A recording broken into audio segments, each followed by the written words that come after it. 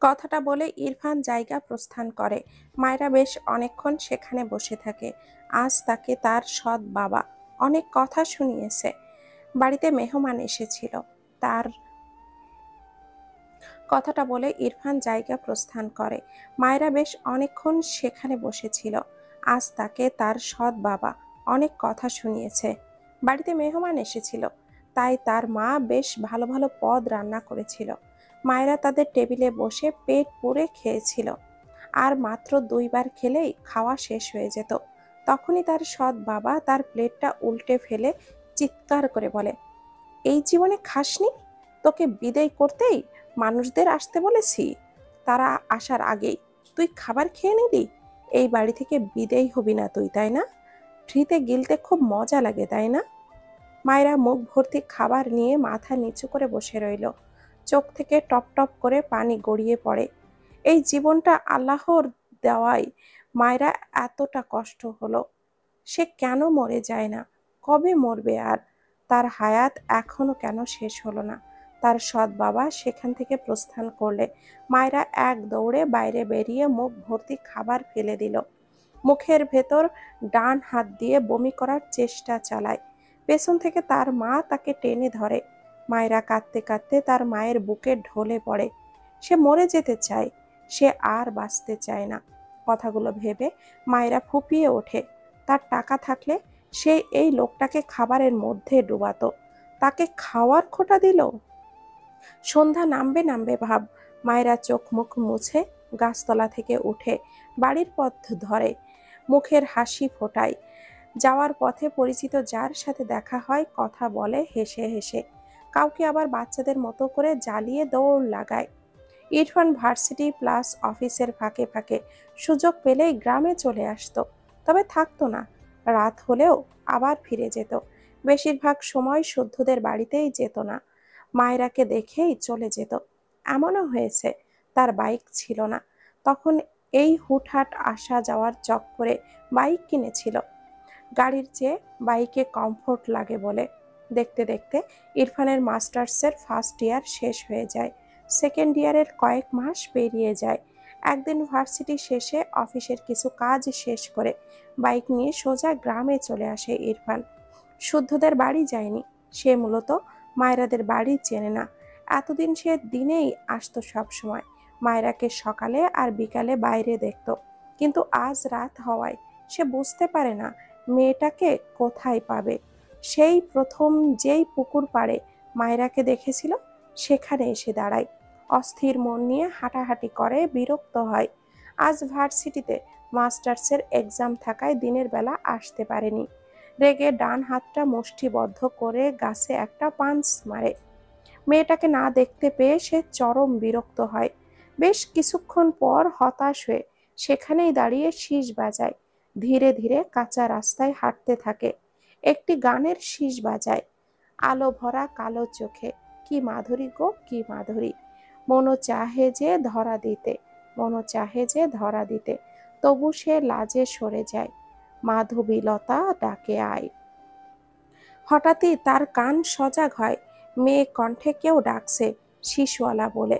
ইরফান থেমে যায়, একটু আড়াল হয়ে দাঁড়ায়। অন্ধকার হওয়ায় তেমন স্পষ্ট দেখা গেল না, তবে চাঁদের আলোয় মায়রাকে দেখে চিনতে পারল সে। ইরফানের চোখে মুখে বিস্ময়। মায়রা শিশওয়ালা বলে ডাকছে, সাথে এদিকে ওদিকে তাকিয়ে খুঁজছে। ইরফানের কাছে ব্যাপারটা বেশ ইন্টারেস্টিং লাগলো। সে যাকে খুঁজছে আর তার যাকে ভালো লাগে সেই বাচ্চা মেয়েটা তার শীষ শুনে তাকেই খুঁজছে। ইরফান আড়াল থেকে বেরিয়ে আসে, তবে মায়রার দিকে ফেরে না। উল্টো ঘুরে শীষ বাজাতে বাজাতে তার বাইকের দিকে এগিয়ে যায়। মায়রা এমন ছেলের অবয়ব দেখে স্থির হয়ে দাঁড়িয়ে যায়, সাথে সেই শীষ। সে আবারও ডাকলো, শীষওয়ালা। ইরফান এগিয়ে গিয়ে বাইকে উঠে বসে, কিছুটা আওয়াজ করে বলে ওঠে, ইয়া। কথাটা বলেই আবারও শীষ বাজাতে বাজাতে বাইকে এক টান দেয়। ইরফানের কাছে মায়রার ব্যাপারটা ভীষণ ইন্টারেস্টিং লাগে। সে সিদ্ধান্ত নিয়েই রেখেছে মায়রার অ্যাটলিস্ট 17-18 বছর হলেই বিয়ে করবে। এতদিনে বাচ্চা মেয়ের এই ছোট বয়স থেকে বড় হওয়া পর্যন্ত তার ভেতরকার একটা নতুন অনুভূতি, একটার নতুন সূচনা থেকে ইরফান এনজয় করতে পারবে। ইরফান সেই দিন শুদ্ধদের বাড়িতেই ছিল। এরপর পরের দিন সকাল সকাল শুদ্ধদের বাড়ি থেকে বেরিয়ে তাদের বাড়ির উদ্দেশ্যে রওনা হয়। গ্রামের গণ্ডি থেকে বেরোনোর আগেই রাস্তায় মায়রাকে দেখে বাইক থামায়। মাথায় হেলমেট, ওভাবেই গম্ভীর চোখে মায়রাকে দেখেছে।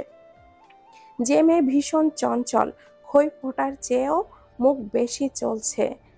সাথে মায়রার ওর সাথে হাজারটা দুষ্টুমি, ওর ওপরে ঢলে পড়ে হাসতে হাসতে। ইরফান চোয়াল শক্ত করে মায়রার দিকে তাকালো। এত বেশি কথা বলা মানুষ ইরফানের পছন্দ নয়। শুধু পছন্দ নয় এমন না, সে এই ধরনের মানুষকে টোটালি সহ্য করতে পারে না। স্কুল লাইফে এমন অনেক চঞ্চল মেয়ে বা ছেলে তার সাথে কথা বলতে আসলে সে মুখ ফিরিয়ে রাখত।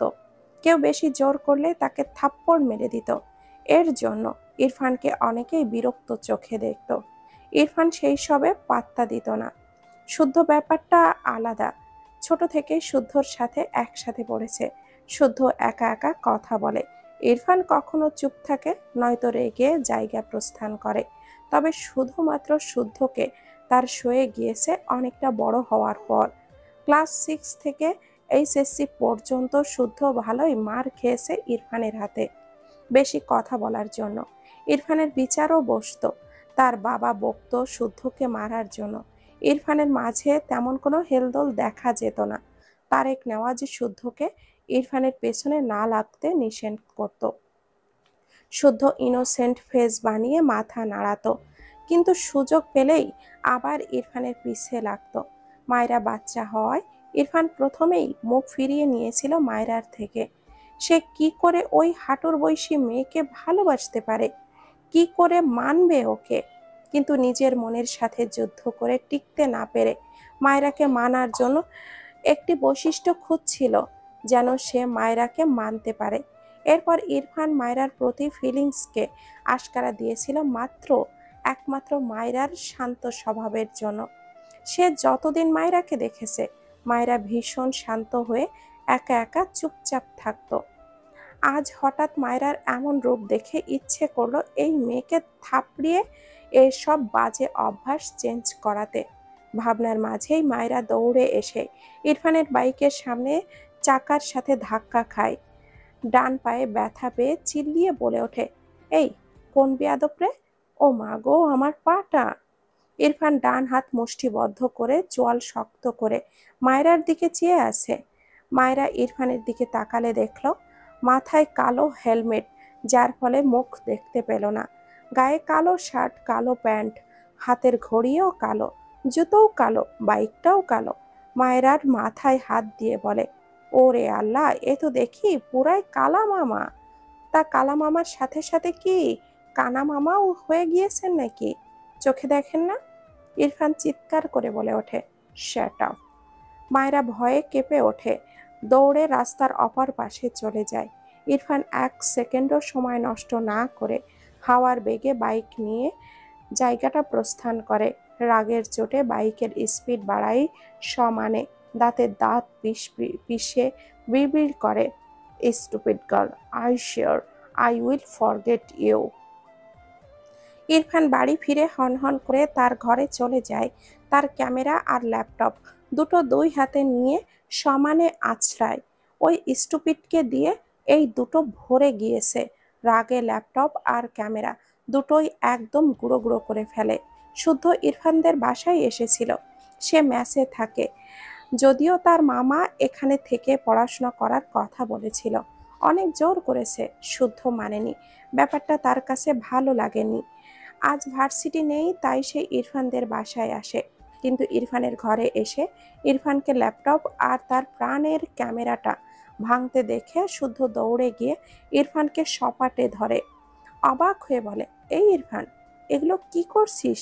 হায় রে, তোর এত সাধের বাচ্চাটাকে মেরে ফেললি?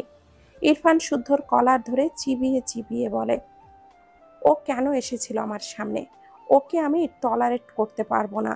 এখন আমার কি হবে? শুদ্ধ অবুঝের মতো ইরফানের দিকে চেয়ে থাকলো। কার সাথে আবার কি ঘটিয়েছে? ইরফান শুদ্ধকে ছেড়ে তার ঘরের ভেতরে আরেকটি ঘরের ভেতরে গিয়ে ঠাস করে দরজাটা লাগিয়ে দেয়। ভেতরে যা যা ছিল সব টেনে টেনে ছিঁড়ে ফেলে। সবগুলো ঘরের মাঝখানে এনে পকেট থেকে লাইটার বের করে সব জ্বালিয়ে দেয়। থাই খুলে দেয়, তবু বন্ধ ঘরে ধোঁয়া সহ সব বেরিয়ে যেতে পারে না। দরজার ওপাশ থেকে শুদ্ধ দরজা ধাক্কাতে ধাক্কাতে বলে, ইরফান, কি করছিস? দরজা খোল। কি হয়েছে এখানে? কি পড়াচ্ছিস? ইরফান একটা কথাও বলল না। যতক্ষণ সব পুড়ে ছাই না হয়ে যায় ততক্ষণ ইরফান সেই দিকেই এক দৃষ্টিতে তাকিয়ে রইল। সব পুড়ে ছাই হয়ে গেলে ইরফান ঘর থেকে বেরিয়ে আসে। শুদ্ধ ইরফানকে অক্ষত দেখে স্বস্তির নিঃশ্বাস ফেলে। ভেতরে উকি দিয়ে দেখল কিছুই নেই, নর্মাল সবই। ঘরের মাঝখানে ছাইয়ের স্তূপ। ইরফান তার বেডের ওপরে জুতো পায়ে নিয়েই চিটপটাং হয়ে শুয়ে পড়ে। চোখ বুজে নেয়। শুদ্ধ ইরফানকে কিছু বলতেই তার আগেই তারেক নেওয়াজ ঘরে এসে ল্যাপটপ আর ক্যামেরার এই অবস্থা দেখে বিস্ময় দৃষ্টিতে তাকায়। ক্যামেরা যাক, বাট ল্যাপটপে কত ডকুমেন্টস ছিল। ভীষণ রেগে যান তিনি। ইরফানকে অনেক কথা শোনায়। ইরফান শুনেছে কিনা তবে কোনো প্রতিক্রিয়া দেখায়নি। ল্যাপটপ ভাঙার কারণে ইরফানদের ব্যবসায় কিছুটা লসও হয়।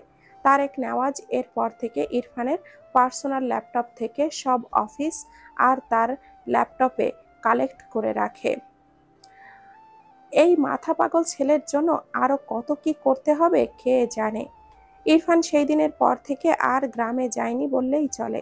তার কানে এসেছিল মায়রার বাবা মায়রাকে বিয়ে দিতে চায়। কথাটা শুনে ইরফানের ইচ্ছা করলো সেই বাপকে গিয়ে কুরবানি করে দিয়ে আসতে। এরপর ইরফান গ্রামের একটি পরিচিত ছেলেকে মায়রার একটা পিক দেখিয়ে বলে, এর জন্য পাত্র আসলে তাকে যেন খবর দেওয়া হয়। ইরফান মায়রার ব্যাপারে কিচ্ছু শোনেনি কখনো, এমনকি নামটাও পর্যন্ত না। মায়রার বৈশিষ্ট্য জানার পর তো আরও রাগ হতো মায়রার কথা মনে পড়লে। বেশ কয়েক মাস পর ইরফান আর শুদ্ধর মাস্টার্স কমপ্লিট হয়ে গেলে তারা ভার্সিটিতে অ্যাপ্লাই করে। রেজাল্ট ভালো থাকায় তারা পাবলিক ভার্সিটির লেকচারার হয়। ইরফান ব্যবসায় ফোকাস করে পুরোপুরি। মূলত মায়রার সেই কথাকে কেন্দ্র করে সে ব্যবসায় এত মন দিয়েছে, নয়তো এক্ষুনি ব্যবসায় হাত দিত না। ইরফান আজ গাড়ি নিয়ে গ্রামে এসেছে, মায়েরার জন্য এসেছে। মেয়েটা বাচ্চা, সাথে চঞ্চল, মনে পড়লেই যেন রাগ হয়, তেমনি খারাপও লাগে। নিজের মনকে মানাতে না পেরে আবারও সেই অপছন্দের মেয়ের জন্যই সে এসেছে। আগের ক্যামেরা ভাঙার পর সেম আরেকটা ক্যামেরা কিনেছে। সে তার মনকে থামাতে পারছে না, মানাতে পারছে না। বিকালের রোদ পড়ে গিয়ে প্রকৃতি কিছুটা শীতল হয়েছে। ইরফান গাড়ি সাইড করে গাড়ি থেকে নেমে দাঁড়ায়। পরনে সাদা শার্ট, শার্টের হাতা কোনোই পর্যন্ত ভাঁজ করে রাখা, কালো প্যান্ট, মুখে কালো মাস্ক, এক হাতে ক্যামেরা আরেক হাতে বার্ড ফ্লাওয়ার। মায়রাকে দেখার পরপরই ইরফান অনলাইন থেকে বার্ড ফ্লাওয়ারের বীজ কিনে সে বেশ কসরত করে অনেকগুলো গাছ বড় করেছে। তার মাঝ থেকে দুটি বার্ড ফ্লাওয়ারের গাছের ডাল ছিঁড়ে এনেছে। যে ডাল দুটির দুই পাশে সারিবদ্ধভাবে মোটা 8টি করে বার্ড ফ্লাওয়ার। ইরফান এগিয়ে যায়। খুব বেশি খুঁজতে হয় না মায়রাকে। ভাগ্যক্রমে মায়রা আজও সবুজ জামা পরেছে। ইরফান মায়রার দিকে শীতল দৃষ্টিতে তাকালো। তবে একটু পরপরই ইরফানের দৃষ্টিতে বিরক্ত ভর করে মায়রার চঞ্চলতায়। মায়রা বেশ কয়েকজন বাচ্চাদের মাঝে খেলাধুলা করছে, পায়ে ধুলো মাখা। ইরফানের ইচ্ছে করলো আগে এটাকে ঠাটিয়ে ইচ্ছা মতো থাপড়ে মানুষ বানাতে। মায়রার বয়স তখন 14 বছরের একটু বেশি। মায়রার দেহের গড়ন খুব বেশি চিকন নয়, আবার খুব বেশি মোটাও নয়। বয়স কম হলেও মায়রার গ্রোথ ভালো থাকায় মায়রাকে অন্যদের চেয়ে একটু বেশ বড়ই লাগে। ইরফান নিজেদের বিরক্তি নিজের মাঝেই চেপে একটা 5 বছরের বাচ্চার হাতে বার্ড ফ্লাওয়ারের ডাল হাতে দিয়ে মায়রাকে হাত দিয়ে দেখিয়ে দেয় আর বলে, এটা মায়রাকে দিয়ে দিতে। পকেট থেকে বেশ কয়েকটি চকলেট বাচ্চাটির হাতে দিয়ে বলে, তার কথা যেন না বলে। বাচ্চাটি সব মেনে নিয়ে মায়রার দিকে দৌড় দেয়। ইরফান সোজা হয়ে দাঁড়ায়, মায়রার দিকে তাকায়। মেয়েটা ঘেমে গিয়েছে, তবুও লাফঝাপ থামানোর গন্ধ নেই। ইরফানের বিরক্তির মাত্রা বাড়ছে বই কমছে না, সাথে রাগও হচ্ছে। মেয়েটা শান্তশিষ্ট হলে খুব কি ক্ষতি হতো? বাচ্চা ছেলেটি মায়রার হাতে বার্ড ফ্লাওয়ারের ডাল দুটি ধরিয়ে দিলে মায়রা বাচ্চাটির হাত থেকে সেগুলো নেয়। ভুরু কুঁচকে বলে, এগুলো কে দিল তোকে? বাচ্চাটি বলতে গিয়েও থেমে যায়। বাচ্চা ছেলে, তাকে একজন চকলেট দিয়ে বলতে নিষেধ করেছে, সেও বলবে না, তাই কিছু না বলে দৌড় দেয়। মায়রা ডাকলেও শোনে না। মায়রা অবাক হয়, হাতের ডাল রুটির দিকে তাকিয়ে দেখলো, অবাক হয়। এত ইউনিক জিনিস এর আগে কখনো দেখেনি। মায়রার মনে হলো ডালে ধরে থাকা সবুজ পাতাগুলো এক একটা মুড়িয়ে মুড়িয়ে নিখুঁত হাতে বানানো টিয়া পাখি, যার মাঝে প্রাণ নেই, তবে ভীষণ সুন্দর। তার মনে হয় টিয়া পাখির মতো দেখতে। এই টিয়া ফুলগুলো এক্ষুনি তার সাথে কথা বলবে বলবে ভাব। মায়রার মুখে হাসি ফুটে ওঠে। তার পাশে থাকা বান্ধবীদেরকে দেখায়। সকলেই বেশ অবাক হয়। মায়রা তার বান্ধবীদের রাস্তা থেকে নেমে একটি মাঠে যায়, যেখানে মানুষজন নেই তেমন। এরপর সেখানে ঘাসের ওপরে পা ভাঁজ করে বসে। তার দুই পাশে তার বান্ধবীরা বসে। মায়রা খোপা করা চুলগুলো খুলে যায়, কিছুটা চুল সামনে হেলে আসে, মুখে হাসি, দুই হাতে বার্ড ফ্লাওয়ার। ইরফান দূর থেকে মায়রার প্রতিটি ভাবভঙ্গি তার ক্যামেরায় বন্দি করে নেয়। ইরফানের চোখে মুখে মুগ্ধতা, ঠোঁটের কোণে স্বচ্ছ সূক্ষ্ম হাসি। মায়রার প্রাণে মুগ্ধ দৃষ্টি নিবদ্ধ রেখে বিড়বিড় করে, জীবন্ত বার্ড ফ্লাওয়ারের কোলে ঘুমন্ত বার্ড ফ্লাওয়ার, সো কিউট। হঠাৎই ইরফানের মুখ থেকে হাসি মিলিয়ে যায়। মায়রার দিকে চেয়ে চোখ মুখ মুহূর্তেই কেমন যেন শক্ত হয়ে যায়। মায়রা তার হাতে থাকা ডাল থেকে বার্ড ফ্লাওয়ারগুলো একটা একটা করে ছিঁড়ে তার বান্ধবীদেরকে দিচ্ছে। ইউনিক জিনিস আর ভীষণ কিউট। মায়রা সবাইকে ভাগ করে দিল। সব শেষে তার কাছে থাকলো তিনটে। সেগুলো তার হাতে নিয়ে সবাইকে টাটা বলে মাঠ থেকে রাস্তায় উঠে আসে। ইরফান চোয়াল শক্ত করে মায়রার দিকে চেয়ে আসে। সে ভালোবেসে তার বার্ড ফ্লাওয়ারের জন্য এগুলো এনেছে, আর এই স্টুপিড তার ভালোবাসা সবার মাঝে বিলিয়ে দিচ্ছে। ইরফান রাগ চেপে রাখতে না পেরে সর্বশক্তি দিয়ে হাতের ক্যামেরাটা ছুঁড়ে ফেলে। মায়রা খুব খুশি, দূরে ছিল না, ক্যামেরাটা একদম তার সামনে গিয়ে পড়ে। মায়রা দুই পা পিছিয়ে যায়, এক্ষুনি তার পায়ের ওপরে এসে পড়তো এটা। মায়রা চোখ তুলে তাকালে এক অপরিচিত লোককে দেখল। মুখ দেখতে পায় না, মুখে মাস্ক থাকায় গেট আপ দেখে বুঝলো এটা শহরের ছেলে, আর ক্যামেরাটা ওই দিক থেকেই আসলো, লোকটারই হবে। এই ভেবে মায়রা নিচু হয়ে ক্যামেরাটা তুলে ইরফানের সামনে এসে দাঁড়ায়। ইরফান দুই হাত মুষ্টিবদ্ধ করে মাথা নিচু করে চোখ বুজে আছে। মায়রা গলা ঝেলে বলে, ভাইয়া, এটা কি আপনার? ইরফানের রাগের মাত্রা বোধহয় এবার 16 কলা পূর্ণ হলো। ভাইয়া? সে সে তার বার্ড ফ্লাওয়ারের ভাইয়া? Like seriously? এই মেয়ে আর 2 মিনিট তার সামনে থাকলে থাপ্পড় খেতে খেতেই আজ মরবে। ইরফান চোখ বুজেই দাঁতে দাঁত চেপে চিৎকার করে ওঠে, আউট! এত জোরে ধমক মায়রার কাছে আনএক্সপেক্টেড ছিল। মেয়েটা ভয়ে কেঁপে ওঠে, হাত থেকে ক্যামেরাটাও পড়ে যায়। কোনো দিকে না তাকিয়ে দৌড় লাগায়। এমনিতেই চেনে না জানে না, তবুও হেল্প করতে আসলো, উল্টো তাকেই কি জোরে না ধমক দিল লোকটা। যাওয়ার আগে মায়রা পিছু ফিরে শব্দ করে বলে ওঠে, আদব নাই, শালা বেয়াদব। ইরফান কথাটা শুনতেই জ্বলন্ত চোখে তাকায় মায়রার দিকে। মায়রা যান হাতে নিয়ে দৌড়ে প্রায় অদৃশ্য হওয়ার পথে। ইরফান দাঁতে দাঁত পিষে বলে, I kill you, stupid girl. Irfan মায়রাকে ভুলে যাওয়ার মিশনে নেমেছে বলতে গেলে, কিন্তু পারছে না। তার এত অশান্তি লাগে। নতুন নতুন কলেজের লেকচারার হয়ে স্টুডেন্টদের ওপর অর্ধেক ঝাল মেটায়, মেজাজ সবসময় গরম থাকে। এ তো নতুন নয়, কিন্তু এই অশান্তি আর নেওয়া যাচ্ছে না। ইরফান আবারও গ্রামে যায় মায়রাকে দেখতে। সেই চঞ্চল মেয়েকে দেখে ইরফানের ভীষণ রাগ হয়। সে এইসব হ্যাবিট নিতে পারে না। এই মেয়ে তার আশেপাশে থাকলে তার অজান্তেই মেয়েটা তার হাতে ঠিক কত যে মার খাবে, এটা ভেবে নিজেরই গলা শুকিয়ে আসে। সে নিজেকে চেনে, এখন কি করবে? না পারছে এগোতে, না পারছে পেছাতে। ইরফান আবারও গ্রামে আসে, মাঝে মাঝে মায়রাকে দেখে। প্রায় রাতে সে পুকুর পাড়ে গিয়ে শীষ বাজায়। ইরফানের নিজেকে এত অসহায় লাগে। সে এমন অদ্ভুত কেন? তার নিজের ওপরই ভীষণ রাগ হয়। সে মায়রাকে চায়, বাচ্চা মায়রাও তাকে চায়, বাট ইরফান মায়রাকে নিজের কাছে আনতে পারছে না। কেমন এক বিশ্রী অনুভূতি। এক রাতে পুকুর পাড়ে প্রায় অর্ধেক রাত পর্যন্ত বসেছিল। পুরো 15টা সিগারেট একেবারেই শেষ করে। রাতের মিটিমিটি করে জ্বলতে থাকা তারা আর চাঁদের আলোয় পুকুরের পানি টলটল করছে। ইরফান স্পষ্ট দেখতে পায় এই টলটল পানিতে মায়রার মায়াবী মুখটা, ভাসা ভাসা মুখ। মৃদু হাওয়ায় গাছের পাতার সাথে সাথে পুকুরের পানি মৃদু দোলে, সাথে জ্যোৎস্নায় মাখা মায়রার মায়াবী মুখ। ইরফানের ঠোঁটের কোণে সূক্ষ্ম হাসি ফুটে ওঠে।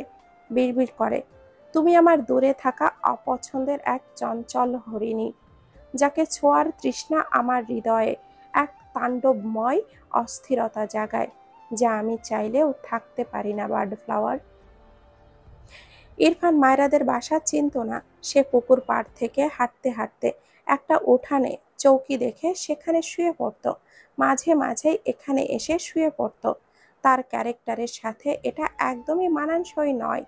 যেখানে সে রাস্তার পাশে বসতেই 10 বার ভাবে সেখানে কার না কার চৌকি পাতা, সেখানে এসে শুয়ে পড়ত, শীষ বাজাতো। মাঝে মাঝে নিজের অবস্থান বুঝতে পেরে দ্রুত জায়গা প্রস্থান করত।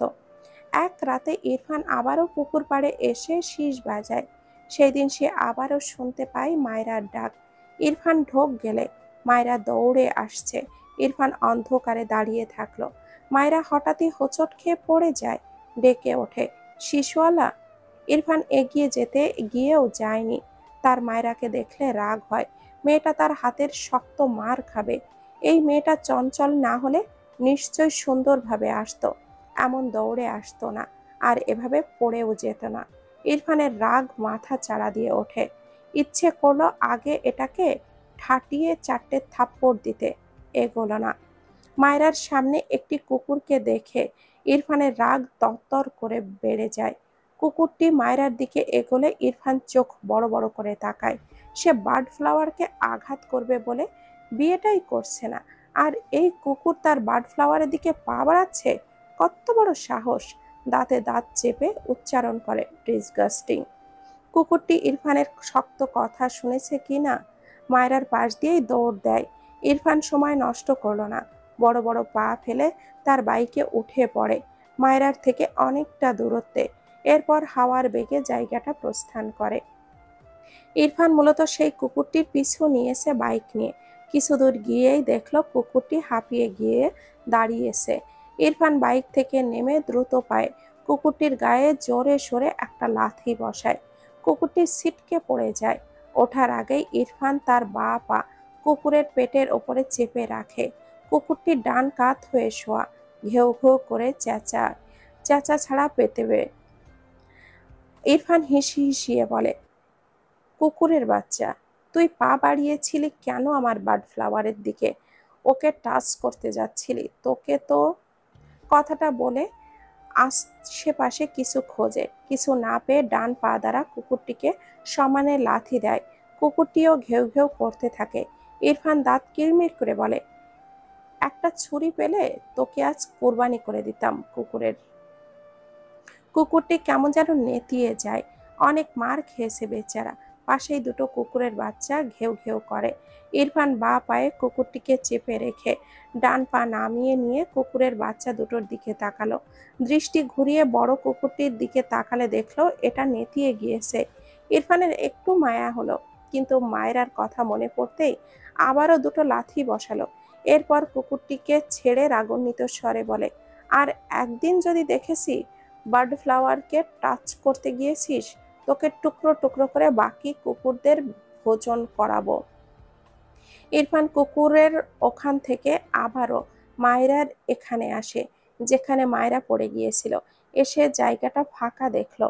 ইরফান আশেপাশে তাকিয়ে খুঁজলো মায়রাকে। কোথাও দেখতে না পেয়ে একটি দীর্ঘশ্বাস ফেলে। এগিয়ে গিয়ে তার বাইকের ওপরে উল্টো দিক হয়ে দুই পা দুই দিকে দিয়ে বসে। পকেট থেকে সিগারেটের প্যাকেট আর লাইটার বের করে পুরো 5টি সিগারেট পোড়ায়। এরপর বাইকের ওপরে কোনো রকমে শুয়ে 2 হাত মাথার নিচে রাখে, বাম পা ভাঁজ করে রেখে ডান পা বাঁ পায়ের ওপরে রাখে। এরপর চোখ বুজে মলিন সুরে গেয়ে ওঠে, তোমাকে ছোঁয়া নেই তো আমার সাধ্য, দেখতে পাওয়া সেই তো বড় ভাগ্য। মনটা অবাধ্য হচ্ছে প্রায়শ, কষ্টের বোঝা বেড়েই যাচ্ছে ক্রমশ। ঘুম চলে যায় তোমার চোখে বেড়াতে, থেমে যায় ইরফান, দৃষ্টি জোড়ায় অসহায়ত্ব। চোখের মণি দুটি অন্ধকার আকাশ পানে, বার্ড ফ্লাওয়ারকে ছোঁয়ার সাধ্য তার নেই। ছুতে গেলেই যে আঘাত পাবে। কি করে এগোবে ইরফান? আকাশ পানে চেয়ে বিড়বিড় করে, sorry bird flower. Tareq Newaz ইরফানকে রাজি করাতে পারছেন না মায়রাকে বিয়ের ব্যাপারে। অনেক দিন থেকেই বলছেন, কিন্তু ইরফান শোনে না। ওইদিকে মায়রার সৎ বাবা মায়রার জন্য 2 দিন পর পরই পাত্র আনে। তারেক নেওয়াজ চিন্তিত, তিনি কি করবেন এবার। মনে মনে পরিকল্পনা করলেন কিছু। তারেক নেওয়াজ, রুমা নেওয়াজ ইরফানকে নিয়ে ত্রিনা বেগমের বাড়ি যায়। তারেক নেওয়াজ এবার আটঘাট বেঁধেই এসেছে। সে এবার মায়রার সাথে ইরফানের বিয়ে দিয়েই ছাড়বে। ভাবনা অনুযায়ী তিনি ইরফানকে বলে বিয়ের কথা। ইরফান তো মানবে না। সে এবার রুমা নেওয়াজকে অসুস্থ হওয়ার অ্যাক্টিং করতে বলে। ইরফানের ওপর থেকে যেমনই হোক, ভেতর থেকে নরম, বিশেষ করে কাছের মানুষদের জন্য। মা অসুস্থ হয়েছে শুনলে ইরফান অবশ্যই বিয়ে করবে। ইরফান বিয়ে করবে না বলে গ্রাম থেকে রওনা হয়েছে। তখনই তারেক নেওয়াজ জানায় তার মা মারাত্মক অসুস্থ। ইরফান গাড়ি ঘোড়ায় শুদ্ধদের বাড়িতে এসে দেখে তার মা সত্যি অসুস্থ। মাকে অসুস্থ দেখে ইরফান আর একটা কথাও বলেনি। তার মায়রার কথা বারবার মনে পড়ছে। মাথা নিচু করে চুপচাপ বসে রইল জড়বস্তুর মতো। এ পর্যন্ত মায়রার জন্য আসা প্রতিটি পাত্রর অবস্থা খুব ভালো রাখেনি ইরফান। কেউ মায়রাদের বাড়িতে পাই রাখতে পারেনি মায়রাকে দেখার জন্য। যারা বেশি ঘাড়তেড়ামি করত, ওদের অবস্থা ইরফান সারা জীবন হসপিটালে পাঠানোর ব্যবস্থা করেছে।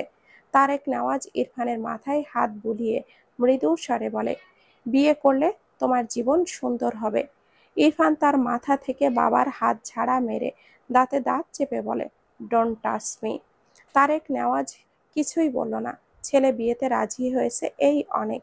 ইরফান হঠাৎই বসা থেকে দাঁড়িয়ে তার বাবার দিকে চেয়ে বলে, বিয়ে করলে লাইফ সুন্দর হয়। তারেক নেওয়াজ বোঝানোর স্বরে বলে, হ্যাঁ অবশ্যই। ইরফান ভুরু কুঁচকে বলে, তুমি চাও তোমার লাইফ সুন্দর হোক? তারেক নেওয়াজ না বুঝেই বলে, হ্যাঁ অবশ্যই চাই। ইরফান গম্ভীর গলায় বলে, ওকে। কথাটা বলে ইরফান তার মায়ের সামনে দাঁড়িয়ে বলে, আরেকটা মেয়ে দেখো আম্মু, বাবা বিয়ে করতে চাইছে। ইরফানের কথা শুনে রুমা নেওয়াজ সহ তারেক নেওয়াজ হতভম্ব হয়ে যান। রুমা নেওয়াজ দ্রুত শোয়া থেকে উঠে বসেন। ইরফান তীক্ষ্ণ চোখে এতক্ষণ অসুস্থ হওয়ার ভান করা সুস্থ মাকে দেখল। অতঃপর হঠাৎই চিৎকার করে বলে ওঠে, এসব ফালতু কাজ করে আমাকে বিয়ে দিতে চাইছো? ফান করছো আমার সাথে? ইরফানের এভাবে কথা বলায় রুমা নেওয়াজের এবার সত্যি প্রেশার হাই হয়ে যায়। অবস্থা ভালোই খারাপ হয়। ইরফানও বুঝেছে তার মায়ের অবস্থা খারাপ হয়েছে। তার মা অসুস্থ। শরীরে ইরফানের কাছে আবদার করে সে যেন বিয়েতে রাজি হয়। ইরফান অসহ্যকর এক অনুভূতি নিয়ে বিয়েতে রাজি হতে বাধ্য হয়। ইরফান শক্ত হয়ে সোফায় বসে আছে, রাগে মাথা সহ পুরো বডিতে যেন আগুন জ্বলছে। তার সামনেই সোফায় টেবিলের ওপরে তার বাবা মায়ের ফোন একসাথে রাখা। ইরফান রাগে ফোন দুটো সর্বশক্তি দিয়ে আছড়ে ফেলল। ফোন দুটো পুরো গুঁড়ো গুঁড়ো হয়ে যায়। তারেক নেওয়াজ ছেলের রাগ দেখে অবাক হয়। ইচ্ছের বিরুদ্ধে বিয়ে করছে, একটু আধটু তো রাখবেই। দুটো ফোনের বিনিময়ে বিয়েতে রাজি হলেও কোনো প্রবলেম নেই। ইরফানকে কিছু বলতে গিয়েও তারেক নেওয়াজ জিভ গুটিয়ে নেয়। একটু আগের বলা ছেলের উদ্ভট কথা শুনে আর কাছে গেলেন না। কি সাংঘাতিক ছেলে তার, নিজের বাবাকে বিয়ে দিতে চায়। ইরফান বেশ কিছুক্ষণ সময় নিয়ে নিজেকে শান্ত করে। এরপর বাইরে গিয়ে সে এক উকিলের সাথে যোগাযোগ করে। সে আজকে বিয়ে করছে, যত দ্রুত সম্ভব যেন ডিভোর্সের ব্যবস্থা করা হয়। কথাবার্তা ঠিক করে সে তার মায়ের জন্য আপাতত বিয়েটা করে নেয়। বিয়ের পর ইরফান যখন দেখল মায়রা তার বউ, তখন ইরফান স্তম্ভিত হয়। তার মাথায় কিছু খেলে। মায়রা তো তাকে চেনে না, তাহলে তাকে অন্য কেউ ভেবে বিয়ে করে নিল কেন? হায়, এই জন্য বাচ্চাদের মন দিতে নেই। তার শীষওয়ালা শুনে ভালো লেগেছিল, আবেগে ছুটে আসতো। সময় মতো তাকেই আরেকজন ভেবে বিয়ে করে নিয়েছে। রাগের মাথায় আগুন জ্বলে ওঠে। সব ভাবনা রেখে ইরফান সোজা গ্রামে যায় সেই ছেলের কাছে যাকে মায়রার বিয়ের খবর দিতে বলেছিল। তার মাথায় বারবার এটাই খেলে, আজ তার জায়গায় অন্য কেউ হলে তার বার্ড ফ্লাওয়ারকে অন্য কেউ ছুঁয়ে দিত। মাথার মগজ বোধহয় ভেতরে ফুটছে রাগের চোটে। মায়রাকে তো সে পরে দেখে নিবে, আগে এই বাস্টার্ডকে গ্রামে পুঁতে রেখে আসবে। মায়রার খোঁজ রাখা সেই ছেলেটি গ্রামের এক ফাঁকা রাস্তা দিয়ে হাঁটছিল। ইরফান ছেলেটিকে দেখেই গাড়ি সাইড করে রেখে গটগট পায়ে এসে ছেলেটির কলার ধরে রাগান্বিত স্বরে বলে, কুকুরের বাচ্চা, আমারে খবর দিতে বলি নাই তোরে? ওর বিয়ে আর তুই আমারে খবর না দিয়ে গায়ে হাওয়া লাগিয়ে ঘুরছিস? মরার পাখনা গজিয়েছে এই জন্য আমারে খবর দিস নাই? ইরফানের এমন আক্রমণে ছেলেটি হতভম্ব হয়ে যায়। ইরফানের কথার ধরনেও একটুও অবাক হয়, সাথে ভয়ও পায়। সেই দিন সে তার বন্ধুদের সাথে আড্ডা দিতে গিয়ে মায়রার ব্যাপারে খোঁজ রাখেনি। ইরফান হঠাৎই ছেলেটির গাছের সাথে ধাক্কা দিয়ে ডান হাতে শক্ত করে গলা চেপে ধরে। ছেলেটি চোখ বড় বড় করে তাকায়, নিঃশ্বাস নিতে পারছে না। দুই হাতে ইরফানের হাত ধরে সরানোর চেষ্টা করে। ইরফান এক চুলও ছাড়ল না, চিবিয়ে চিবিয়ে বলে, আমার বার্ড ফ্লাওয়ারকে অন্য কেউ ছোঁয়ার জন্য অ্যারেঞ্জ করেছিল, এরপর আবার বাঁচার স্বপ্ন নিয়ে হেঁটে বেড়াচ্ছিস? এত মিথ্যা স্বপ্ন দেখে বাঁচিস কিভাবে? তোকে তো টুকরো টুকরো করে কুকুরকে দিয়ে খাওয়ালেও আমার জ্বালা মিটবে না। ছেলেটি বহু কষ্টে মিথ্যা বলে, ভাই ভাই, আমাকে মাফ কইরা দেন, আমি আপনাকে ফোনে পাই নাই। ইরফান চিৎকার করে বলে, ফোনে পাসনি? আমার সামনে গিয়ে খবর দিবি, দিলি না কেন? এই বল। ছেলেটি ভীত স্বরে বলে, ভাই, আপনার টাকা আপনি ফেরত দিয়া দিব, আমারে ছাইড়া দেন। ইরফান ছেলেটির গলা আরো শক্ত করে চেপে ধরে, ভস্ম করে দেওয়া চোখে চেয়ে দাঁতে দাঁত পিষিয়ে বলে, ওই টাকার সাথে তোরে বিষ মিশিয়ে খাওয়াবো বাস্টার্ড। কত বড় সাহস তোর, আমার কথা অমান্য করে বুক ফুলিয়ে চলছিস? গ্রামের কয়েকজন ছেলে এসে ইরফানকে এই অবস্থায় দেখে দৌড়ে আসে। ইরফানকে টেনে ছেলেটির থেকে সরিয়ে আনে।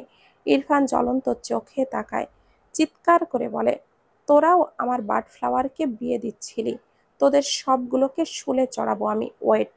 সবগুলো ছেলেই ইরফানের বয়সী, কেউ ইরফানের থেকে ছোটই হবে। ইরফানকে দেখে সবাই ভয়ই পেল। অপর পাশের ছেলেটি দুর্বল শরীর নিয়ে গাছের সাথে হেলান দিয়ে বসে পড়ল। এদিকে একজন ছেলে এগিয়ে এসে ইরফানকে বলে, কে রে তুই? কোন বার্ড ফ্লাওয়ার? আর শেষ করতে পারল না। ইরফান তেড়ে গিয়ে চিৎপটাং করে ফেলে দুই হাতের সর্বশক্তি দিয়ে গলা চেপে ধরে। সবাই হতভম্ব হয়ে যায়। এবার ইরফানকে দেখে ভালোই ভয় পায় সকলেই। ইরফান জ্বলন্ত চোখে চেয়ে বলে, তুই আমার বার্ড ফ্লাওয়ারের নাম মুখে নিচ্ছিলি? আমার বার্ড ফ্লাওয়ারের নাম? এত সাহস! কথাটা বলে তৎক্ষণাৎই ডান হাত মুষ্টিবদ্ধ করে ছেলেটির নাক মুখ বরাবর 3টি ঘুষি মারে। মন মতো হলো না বোধ হয়, রেগে বলে, তোর মুখ আগে ভাঙবো, ওয়েট। এরপর আশেপাশে কিছু খুঁজে একটা ইট পায়, বা হাতে ইট উঁচু করে ছেলেটির মুখে মারবে বলে। ওইদিকে শুদ্ধ এক কাজে গ্রামে এসেছিল 1 ঘন্টার জন্য, আবার শহরে ফিরবে। রাস্তায় একজন তাকে বলে তার মামাতো ভাই নাকি কাকে মারছে। খুঁজতে খুঁজতে এসে দেখে ইরফানের সত্যি সত্যি একটি ছেলেকে মারার জন্য সব প্রিপারেশন নেওয়া শেষ।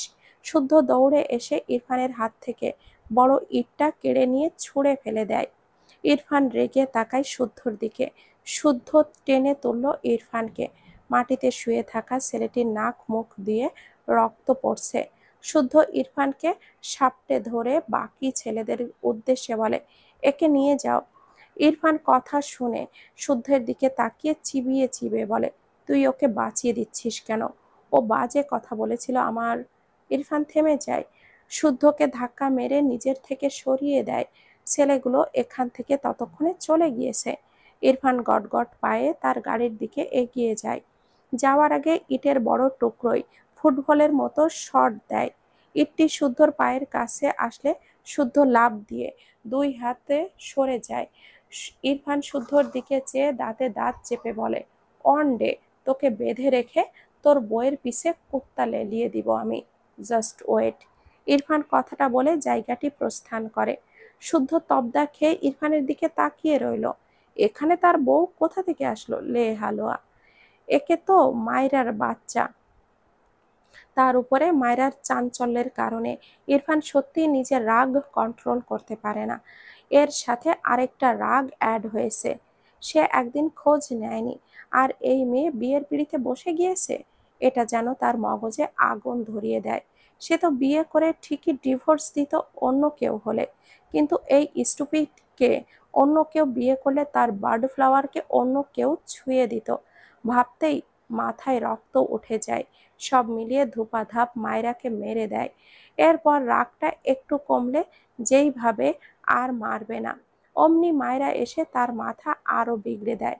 এত এত মেরে নিজেকে ভীষণ অসহায় এক প্রাণী মনে হয় ইরফানের। পূর্বের কিছু স্মৃতি নাড়াচাড়া দিয়ে দীর্ঘশ্বাস ফেলে ইরফান। দিনের আলো নিভে রাতের অন্ধকার নেমেছে ধরণীতে। ইরফান বেলকনিতে দাঁড়িয়ে সিগারেটের ধোঁয়া শূন্যে উড়ায় দৃষ্টি রাতের কালো আধারে। হঠাৎই ঘরের ভেতর থেকে মায়রার কাশির শব্দ পেয়ে দ্রুত সিগারেট ঠোঁটের ফাঁক থেকে সরিয়ে ডান হাতের মুঠোয় নিয়ে চেপে ধরে। বেলকনির কোনায় ছোট টেবিলের ড্রয়ার থেকে চুইং গাম নিয়ে মুখে দেয়। আরেকটি ড্রয়ার থেকে রুম স্প্রে করে চারপাশে স্প্রে করে দেয়। তখনই মায়রা বেলকনিতে এসে দাঁড়ায়। সে বুঝেছে ইরফান সিগারেট খাচ্ছিল, কিন্তু হঠাৎই স্ট্রবেরি ফ্লেভার পেয়ে বেলকনিতে এসেছে। বাইরের লাইটের আলো একটু একটু বেলকনিতে এসে পড়ায়। মায়রা ইরফানকে কিছুটা অস্পষ্ট দেখতে পায়। এগিয়ে এসে কোমরে হাত দিয়ে ভাবুক ভঙ্গিতে বলে, আপনার সিগারেট এমন স্ট্রবেরি হয়ে গেল কিভাবে? মায়রার কথা শুনে ইরফান ঘাড় বাঁকিয়ে মায়রার দিকে তাকায়। হাতের রুম স্প্রেটি টেবিলের ওপরে রেখে মায়রাকে টেনে বেলকনির রেলিংয়ের সাথে ঠেকিয়ে ইরফান মায়রাকে ঘেঁষে দাঁড়ায়। মায়রা মাথা উঁচু করে পিটপিট করে তাকায় ইরফানের দিকে। অন্ধকারে খুবই ঝাপসা লাগলো তাকে। ইরফান তার দুই হাত তুলে মায়রার দুই গালে রাখে। একদম প্রথম দিকে কত থাপ্পড় মারতো তার বার্ড ফ্লাওয়ারকে, কথাটা ভেবেই চোখে মুখে অসহায়ত্ব ফুটে ওঠে। মনে প্রশ্ন জাগে, সেই দাগগুলো কি এখনো আছে? অন্ধকারের মায়রার গালে চোখ বুলাই ইরফান। উত্তর আসে, না, নেই।